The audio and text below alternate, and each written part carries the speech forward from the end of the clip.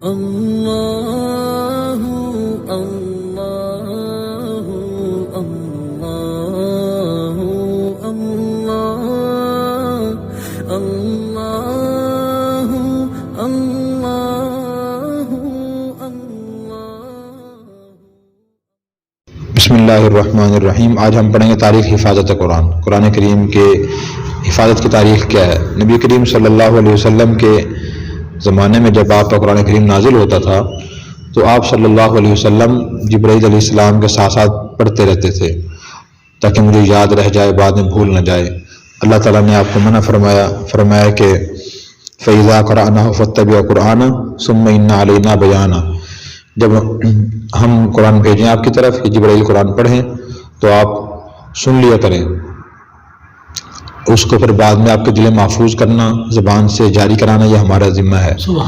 تو آپ صلی اللہ علیہ وسلم ساتھ پڑھتے تھے۔ اسی طرح پھر آپ صلی اللہ علیہ وسلم نازل ہونے کے بعد بھی اس کی تلاوت فرماتے رہتے تھے اور صحابہ کرام بھی تلاوت فرماتے تھے۔ اور حدیث میں آتا ہے کہ جب بھی کوئی نیا شخص مسلمان ہوتا تو نبی کریم صلی اللہ علیہ وسلم اسے صحابہ کرام کے حوالے کر دیا کرتے تھے کہ اسے قرآن کریم سکھائیں اور یاد کرائیں، تو لوگ سکھاتے تھے اسے۔ اور بعض دفعہ مسجد نبی میں سیکھنے سکھانے والوں کا شور اتنا ہوتا کہ آپ صلی اللہ علیہ وسلم کو فرمانا پڑتا کہ آوازیں پست رکھو تاکہ دوسرے پڑھنے والوں کے پڑھنے میں مغالطہ پیدا نہ ہو۔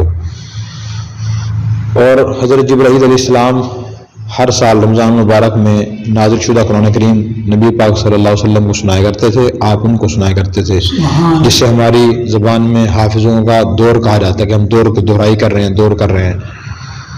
اور صحابہ کرام میں بڑی تعداد قرآن کریم کی حافظ تھی، جن میں خلفائے راشدین حضرت ابوبکر، حضرت عمر، حضرت عثمان، حضرت علی رضی اللہ عنہم، حضرت سعد، حضرت طلحہ، حضرت عبداللہ بن عمر، حضرت زبیر، اور اس طرح کے بہت سے صحابہ کرام قرآن کریم کے حافظ تھے۔ اور حضور کے زمانے میں ذرا جو قرآن کریم کی حفاظت ہوئی ہے وہ حافظے کے ذریعے ہوئی ہے، یاد کرنے کے ذریعے، اس لیے کہ اہل عرب کے حافظے بہت مضبوط تھے۔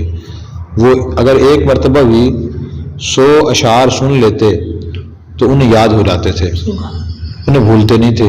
انہیں اپنے بھی نسب نامے یاد تھے، جانوروں کے نسب نامے یاد تھے، اور یہ بھی یاد تھا کہ جی فلاں شخص نے شریف عورت کا دودھ پیا ہے، یا کسی گھٹیا عورت کا دودھ پیا ہے، فلاں شخص نے کسی باندی کا دودھ پیا ہے یا آزاد عورت کا دودھ پیا ہے، تو ان کے حافظے بہت مضبوط تھے۔ تو حضور کے زمانے میں ذرا قرآن کریم کی حفاظت ہوئی ہے حافظے کے ذریعے۔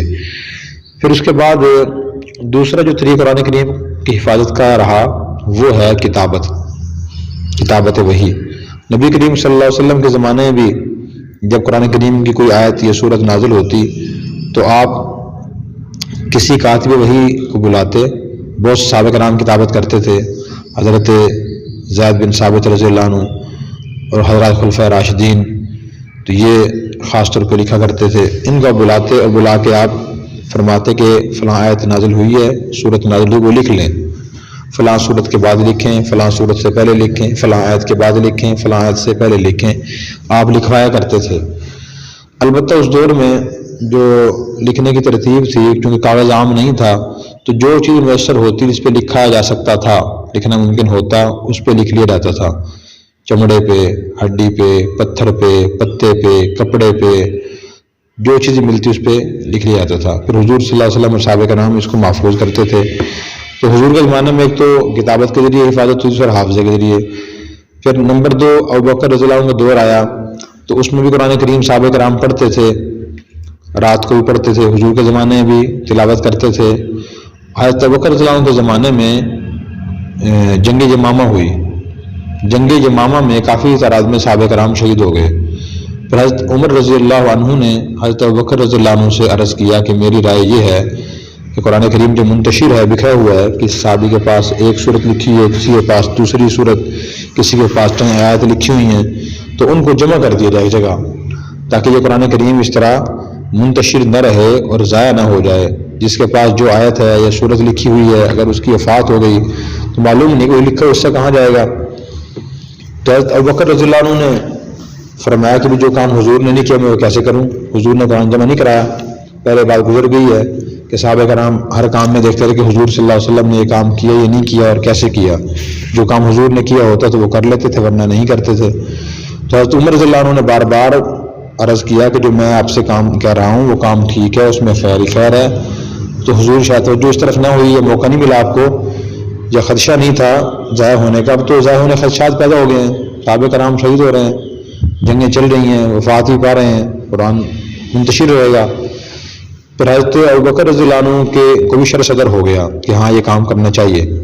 حضرت ابوبکر رضی اللہ عنہ نے حضرت زید رضی اللہ عنہ کو بلایا اور بلا کے فرمایا کہ دیکھیں مجھے عمر نے یہ بات کہی ہے، پہلے میرے شر صدر نہیں ہوا تھا، اب میرے دل کو بھی اطمینان ہو گیا یہ کام کرنا چاہیے، تو آپ پر ہمیں اعتماد، آپ یہ کام کریں. حضرت زید نے بھی بات عرض کی کہ جو حضور نے کام نہیں کیا وہ میں کیسے کروں. تو پھر حضرت ابوبکر رضی اللہ عنہ نے فرمایا کہ اس میں خیر آپ یہ کام شروع کریں. پھر حضرت زید رضی اللہ عنہ نے اور حضرت عمر رضی اللہ تعالیٰ عنہ نے یہ کام کرنا شروع کیا کہ قرآن کریم یکجا کر دیں. کیا طریقہ تھا ان کا طریقہ یہ تھا کہ زید رضی اللہ عنہ بھی حافظ قرآن تھے، حضرت عمر رضی اللہ عنہ بھی حافظ قرآن تھے. تو انہوں نے صحابہ کرام سے کہا کہ جس کے پاس جو آیت سورت لکھی ہوئی ہے وہ ہمارے پاس لے کر آئے.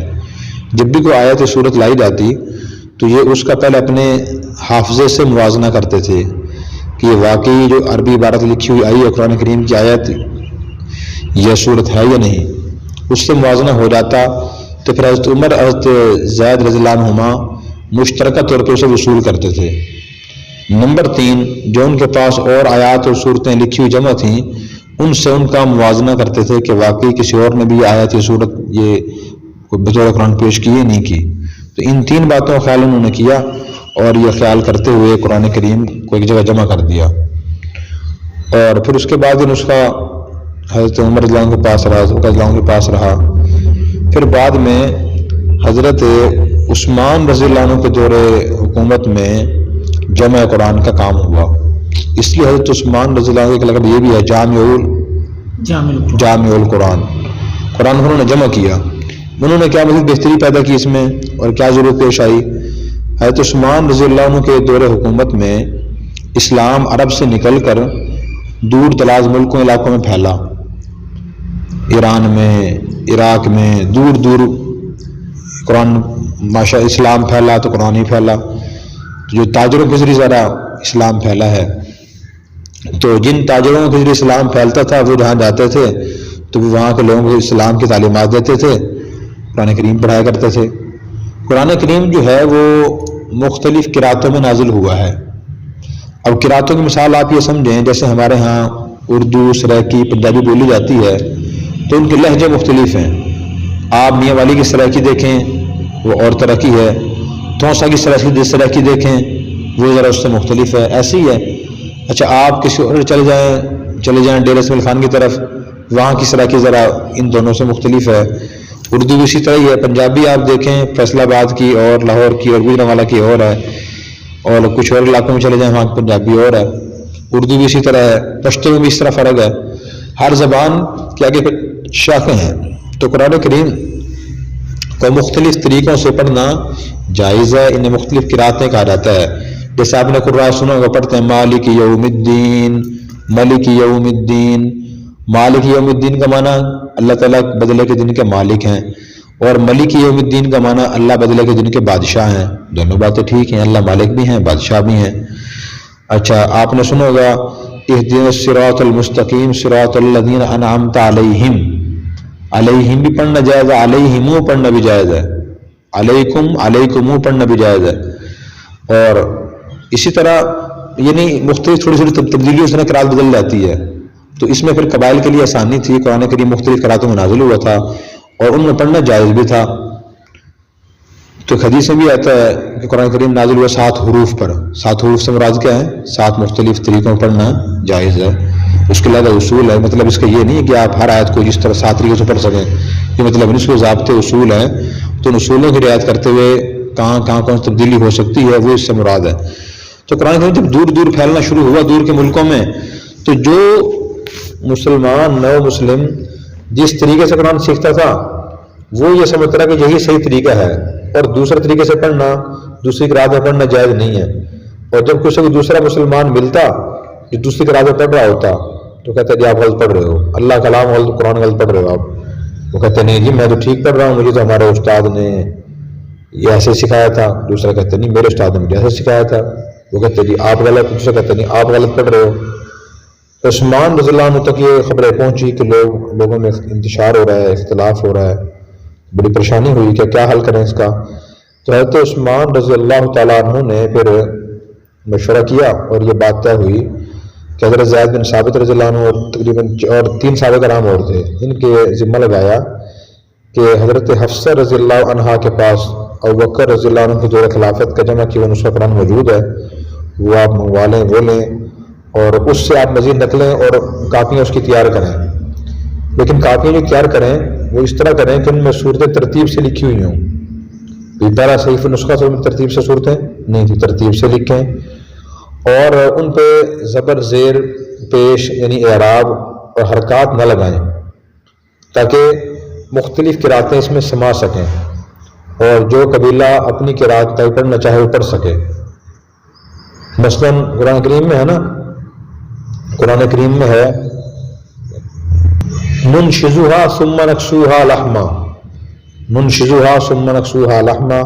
اس کو نن شروع ہائی پڑھ سکتا ہے، نن شروع ہائی پڑھ سکتا ہے، نن شروع پڑھیں، نن شروع پڑھیں تو دونوں کا معنی ایک ہی بنتا ہے. اگر اس پہ اعراب لگ گئے پھر تو یہ سمجھ رہا ہے کہ نہیں بس یہی قرات صحیح ہے، باقی قراتیں غلط ہیں. اعراب نہ لگیں اس کو نن شروع نون بوئی زبر زیر پیش نہ ہو، شین بوئی زبر زیر پیش نہ ہو تو دونوں طرح پڑھ سکتے ہیں اس کو. تو جہاں جہاں صحیح درست پڑھنے کی قراتیں تھیں تو اس طرح اعراب نہیں لگائے گئے تاکہ اس طرح یہ پڑھ سکیں. تو عثمان رضی اللہ عنہ نے یہ نسخہ تیار کرایا، پھر اس کے 6-7 نسخے کاپیاں تیار کرائی. ایک اس کا نسخہ رکھا مکہ مکرمہ میں، ایک مدینہ طیبہ میں، ایک ملک شام میں، ایک یمن میں، ایک بحرین میں اور ایک کوفہ میں، یہ رکھوائے.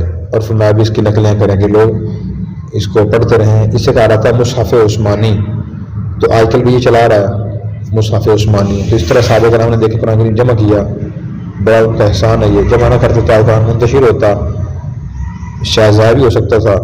تو بہرحال صحابہ کرام کے سامنے یہ قرآن کریم سارا جمع ہوا اور اتفاق رائے سے سارا کام ہوا. پھر اس کے بعد یہ تو تاریخ حفاظت قرآن تھی. قرآن اس طرح آج تک محفوظ ہے، اللہ کا وعدہ بھی ہے انا نحن نزلنا الذکر وانا لہ لحافظون، بے شک ہم نے قرآن نازل کیا، ہم اس کے محافظ ہیں، حفاظت کرنے والے ہیں. پھر اس کے بعد جو مرحلہ آیا وہ ہے احزاب، منزلوں کا. آپ کھول لیں قرآن کریم میں لکھا ہوتا ہے منزل یا حزب یا احزاب لکھا ہوتا ہے. وہ کیا چیز ہے؟ صحابہ کرام کا معمول یہ تھا کہ وہ 7 دن میں قرآن کریم کو تلاوت کے ذریعے مکمل فرما لیتے تھے. تو اس کے لیے انہوں نے قرات کی مقداریں مقرر کی ہوئی تھی کہ ہفتے کو ہم نے اتنا قرآن پڑھنا ہے، اتوار کو اتنا، پیر کو اتنا، منگل کو، بدھ کو، جمعرات کو، جمعے کو اتنا. تو جو 7 حصے ہیں جو خود اپنی منزلیں مقرر کی ہوئی تھی مقداریں، ان کو کہا جاتا ہے احزاب اور مفرد اس کا حزب یا منزل ہے. اس کے بعد پھر سپاروں کی تقسیم ہوئی ہے، 30 سپارے ہیں. وہ کیوں ہوئی ہے؟ وہ صحابہ کرام تقسیم کی ہے، وہ اس لیے تک کہ بچوں کو حفظ کرنے پڑھنے میں آسانی رہے. پتہ ہو ہمارا ایک پارہ مکمل ہو گیا، دوسرا تیسرا 15 پارے مکمل ہو گئے ہیں، 15 رہ گئے ہیں. پھر رکوع کی علامتیں لکھی گئی بعد میں. وہ کیوں لکھی گئی؟ وہ اس لیے تک کہ جہاں ایک مضمون مکمل ہو وہاں آئین یا رکوع لکھ دیا جائے بھی جہاں ایک مضمون مکمل ہو گیا. جہاں پارہ مکمل ہوتا ہے وہاں مضمون مکمل نہیں ہوتا، لیکن جہاں رکوع مکمل ہوتا ہے وہاں مضمون مکمل ہو جاتا ہے. پھر اس طرح اس کے بعد اس پہ اعراب لگایا جائے. کس نے لگائے جی؟ بعض نے کہا حضرت علی نے لگائے، بعض نے کہا جی حضرت علی اللہ کے حکم سے ابو الاسود دولی رضی اللہ عنہ نے لگائے، بعض نے حضرت ابو یوسف نے لگوائے ہیں اعراب. یہ بعض اعراب بھی لگائے گئے ہیں. ابھی وہ خطرہ نہیں تھا تو ابھی اعراب بھی لگائے گئے ہیں، بعد میں لگے اعراب بھی، رکوع بھی، منزلیں بھی، پاروں کی تقسیم بھی. تو اس طرح یہ قرآن کریم کی حفاظت ہوئی ہے. اور باقی اس کے بعد رموز و اوقاف ہیں، اس میں کہیں لکھا ہوتا ہے وقف لازم، کہیں صلح لکھا ہوتا ہے، کہیں وقف لکھا ہوتا ہے. تو اس کا مطلب یہ بعد میں لگائے گئے ہیں. ان کے مختلف معنی ہیں جو قرآن کریم آخر میں لکھے ہوئے ہوتے ہیں. یہاں ٹھہرنا بہتر ہے، ملا کے پڑھنا بہتر ہے، یہاں ٹھہرنا ضروری ہے، یہاں سکتہ کرنا چاہیے. تو قرآن کریم پہ بڑی محنت ہوئی ہے اور ہمیں اس محنت قدر کرنی چاہیے. اور اس قرآن کریم کو اس طرح معلومات لینے سے بصیرت حاصل ہوتی ہے. اللہ تعالی ہمیں عمل کی توفیق عطا فرمائے اور باقی انشاءاللہ آئندہ عرض کریں گے. اور اگر آپ نے ابھی تک ہمارا چینل سبسکرائب نہیں کیا تو فوراً سبسکرائب کیجئے، ساتھ ہی بیل آئیکن پر کلک کریں تاکہ مزید آنے والی ویڈیو ہے وہ آپ کو وقت پر ملتی رہیں. اللہ حافظ.